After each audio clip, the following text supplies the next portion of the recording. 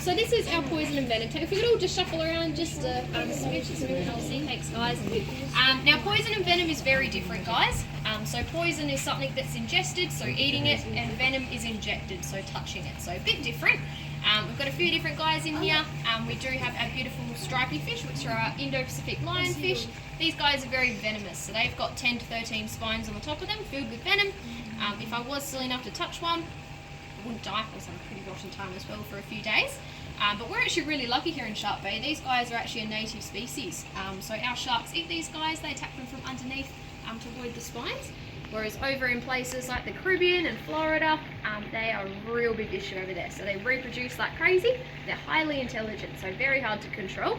When they do reproduce, they actually lay their eggs, and their eggs are coated in a type of bacteria that actually prevents, oh, sorry buddy, they also prevents other marine life eating those eggs. So there's actually nothing stopping them from reproducing. And they have about a 2-year memory span as well, so that makes control mechanisms pretty tricky to implement. Again, they've been very well fed, so they might not be that interested. Oh. Oh my goodness, couldn't get lazier if you tried. Now with these guys, over there some countries actually have a bounty for these guys, that's how bad they are. And at the moment they're trying to see if they can train their sharks and their grouper over there to eat these guys, which is pretty cool, so hopefully that works out. In the meantime we get to enjoy their beauty, which is pretty cool. They are also a food source for some people over there. Apparently they do taste quite nice. They're quite a white fleshy fish, so like whiting. Obviously the tricky thing is trying to fillet them without stabbing yourself on the spines, which makes it a bit tricky. But yeah, thankfully we get to enjoy their beauty. Now we do have some other guys in the tank. So the big one is our starry pufferfish, and the little down the bottom, he is our stars and stripes puffer. These guys are very poisonous, so a bit different to our venomous fish. If I was to eat one of these guys, it'd probably be the end of me. Now in saying that, there is actually a Japanese delicacy called fugu, where they cut around all the poisonous bits. They actually serve up the sashimi of these guys. Now it's super high risk. The guys that do it undergo many years of training. Oh, don't put your fingers in, buddy. It won't end very well, unfortunately. Now with these guys, so our dolphins figured out the more they play with the pufferfish, the more chilled out they become. So pretty crazy. One of the very few cases you'll see this happening in the wild. And some dolphins are actually more renowned for it than others as well, so mainly our male dolphins here in Shark Bay. So very funny to watch. But guys, I'm sure we've all watched Nemo. We're going to spin around and have a look at our little emo Nemos in the next tank.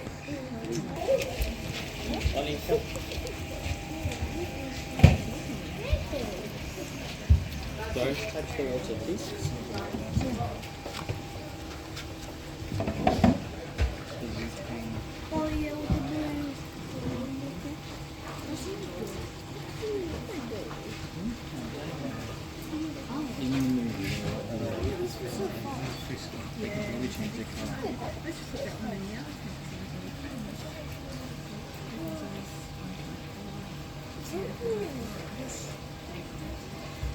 Alright, so guys, this is our local tank. So we like to call this our Francois Prawn National Park tank. Has anyone been to the National Park? Yeah, so it's a really beautiful spot. If you do have a full drive, definitely check it out. Hi guys, welcome. If you don't have a full drive, we actually do full drive tours out that way. It's lots of fun exploring the national park. And that's where a lot of these really cool fish are from. Now, one cool thing about a lot of the fish in here that kind of separate them from some of the other tanks is a lot of them have really cool defense mechanisms to look after themselves.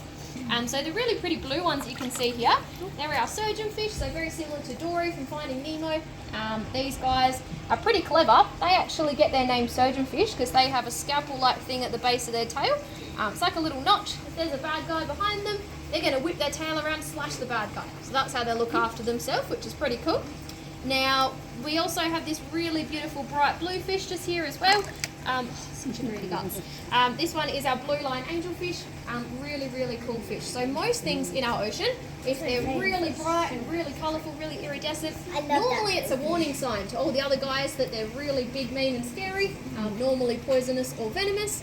But that guy is actually totally harmless. There is absolutely nothing wrong with him, but he acts all big, mean and scary so that no one eats him. So he's got the right idea. Now for anyone that rocked up a little bit later, so this is our super lazy tank. Now in here we actually have a moray eel. So for anyone on this side, you better see his tail. If you can't see him, when we walk to the next tank, you better have a good look at him. but he's just wrapped around that rock there. And our moray eel, these guys are actually, they have a pretty gnarly set of teeth, and they've got 2 sets of jaws. So they love to eat really slimy food, like squid and octopus. And when they do, they latch onto their prey with their first jaw. Their second jaw kind of extends out of their mouth, which is a bit weird. And they eat their food. And these guys have terrible eyesight. They do not have good eyesight at all, but they have an incredible sense of smell, which is uncanny. Whoa, look at that one. It's like blue. Is that green? Come on, yeah. Alright, guys, squeeze around. Let the rope wrap all this tank, thankfully. Alright, guys, so this is our shallows tank. So we've got lots of different marine life in here. We've got lots of fish. But guys, we also have our bamboo shark. So this little guy here, his name is Bam Bam. Bam Bam's our bamboo shark.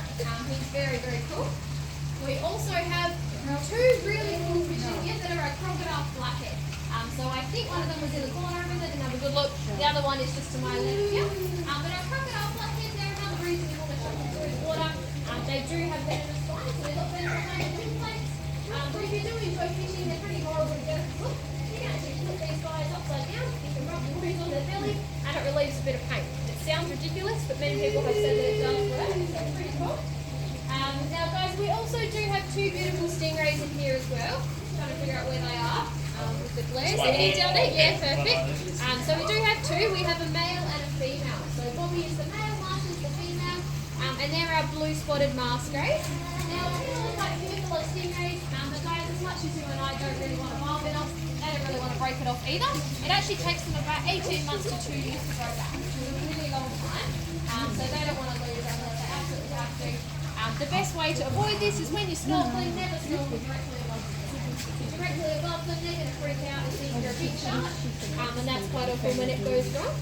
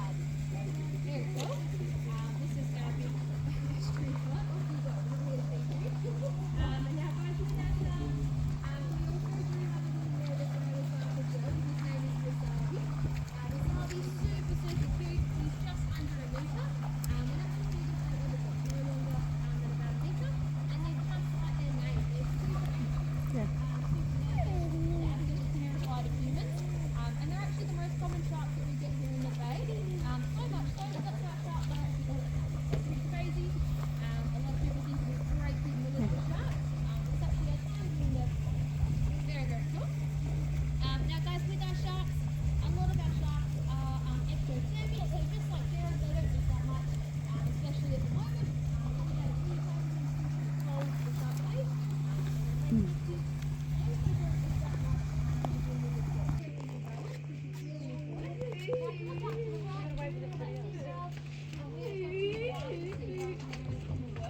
our seagrass is so important. It stores heaps of carbon. It's a safe place for nurseries. Also food for our birds like our turtles and our dugongs.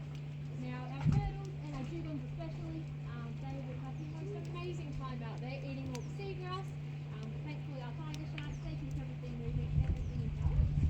And our dugongs know that if they stay to touch the seagrass for too long, they'll get it. So they're constantly moving, which means we're not losing all of our seagrass to those threats. Unlike our squid that reproduce like crazy, our sharks don't. They actually live for a really long time. They take a long time to mature, and when they are mature enough to reproduce, they actually give birth to very few young at a time. So they're a lot more susceptible to all of those threats. There's actually things moving in the water all down there. They're very fussy today. Thankfully you've got to see them. But do we have any questions about any of our sharks in here? No such thing as a silly question either, guys.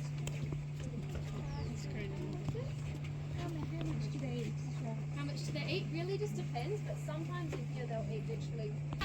They do like to eat little insects that are on the surface, large birds, and they're really bigger. And we actually have lots of birds here at Ocean Park, and they have lots of opportunities to put their nest whenever they want Mull to. away. They decide to put a nest in this rocky part of the So pretty bad spot, as you can actually see it right there. And unfortunately, when they learn how to fly, our mangrove jack is pretty well off the backside. So pretty bad spot for our little birdies. Now guys, our fish in here, they actually all local fish except for the barramundi. The barramundi are found a little bit further north than here. They like slightly hot waters. But with our mulloway, so the ones that came before and going through splash, these guys are actually really sticky fish, so quite often they're a big spoon that you can smell them. And our mulloway is sometimes called jewelfish. There we go, here's one of them. Now the reason they get their name jewelfish is because a lot of people actually use the otitis from their ears as jewelry. Like that for you guys. We also have some golden trevally here as well, guys. As you can see down there, we've already seen our sea snake. We're going to continue through and go check him out. Follow me this way. Do we have a question over here, sir? That's the break. We've got break in and everything. Alright. So yeah, guys, anyone else is our snake? We're going to head on through this way.